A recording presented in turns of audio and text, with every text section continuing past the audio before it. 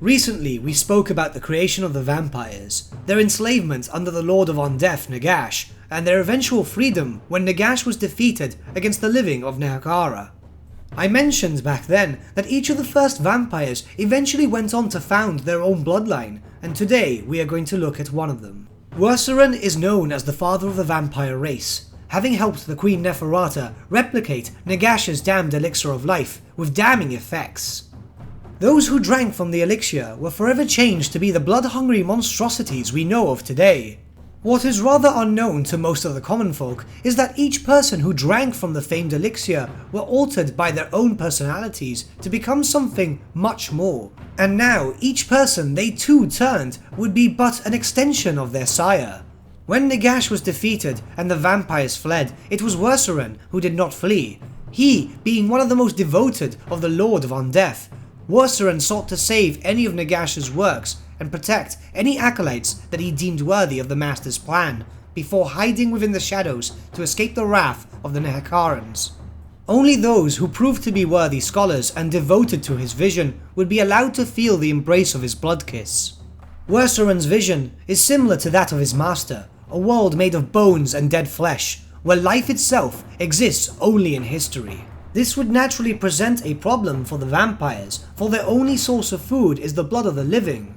Warhammer, however, believed he could find a cure for this hunger, and thus any who would join his bloodline would devote themselves to knowledge rather than strength. These vampires are known to be the weakest of their kind, but by far one of the most intelligent.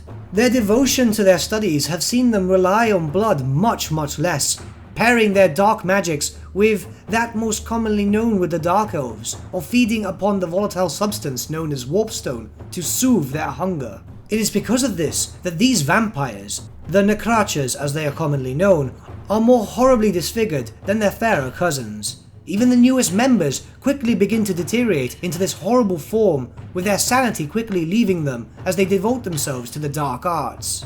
The Necrarch vampires are generally found in the darkest reaches of the old world. Their covens are quite small, if any exist at all.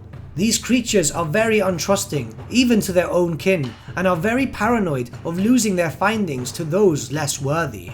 Betrayal is more common throughout this bloodline than it is throughout any other vampiric family, and to hear of an empire formed by this bloodline is incredibly unheard of. The Necrarchs wish to stay within the shadows. The less they are known, the better it is for them. Only the most talented of scholars are sought by these dark creatures in order to join their ever-dwindling ranks. And even so, if an apprentice proved to be better than his master, he would quickly be put down. Very rarely will an apprentice earn the right to the blood kiss, as only the best within reason could be allowed to join their ranks. And it is because of this that the Necrarch bloodline is by far the smallest of the known vampiric lines. In truth, not much is really known about the Necrarch vampires. They keep to themselves, endlessly studying magics of all forms and creating horrible undead creations.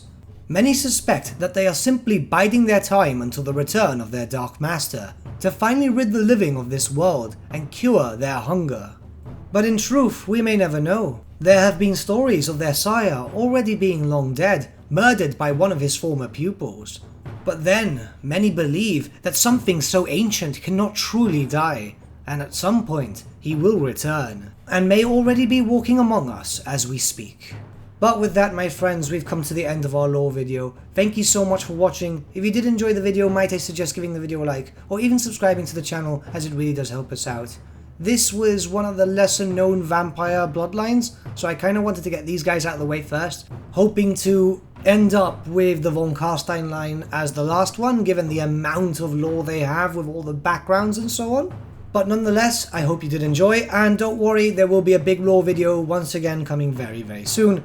With that, I've got social media links in the link below in case you'd like to contact me via Discord or Twitter. I don't really use Twitter a lot, so I do apologize if I'm a bit slow with that. And if you'd like to go a little bit further and support the channel, which is completely 100% optional, we have a Patreon link in the link below. And for those based in Europe, we have an affiliate link with Element Games, which means that you can get Warhammer models and other products at a nice discount, but it also supports the channel. But with that, my friends, thank you once again, and I shall see you all again very soon. Have a good day.